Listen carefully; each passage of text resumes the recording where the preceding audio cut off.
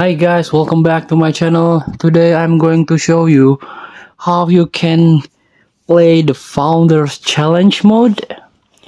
So it's quite challenging for you and it's complete your quest mission. For example, tap the quest mission in here. So there are two daily quests and weekly quests that you can complete like this. Join 3 rounds of challenge mode matches. So how you can do it? By join the challenge mode of the founders. So what you need to do is tap the live events, this one, challenge mode, become a champion. Tap. There are two modes here, but this one is reopened in 11 hours in my time.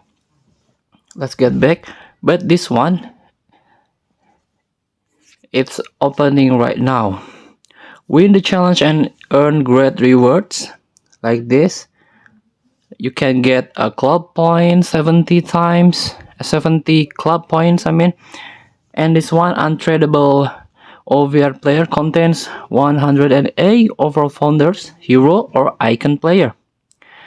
And this is some information that you can read carefully. And the main condition, tap.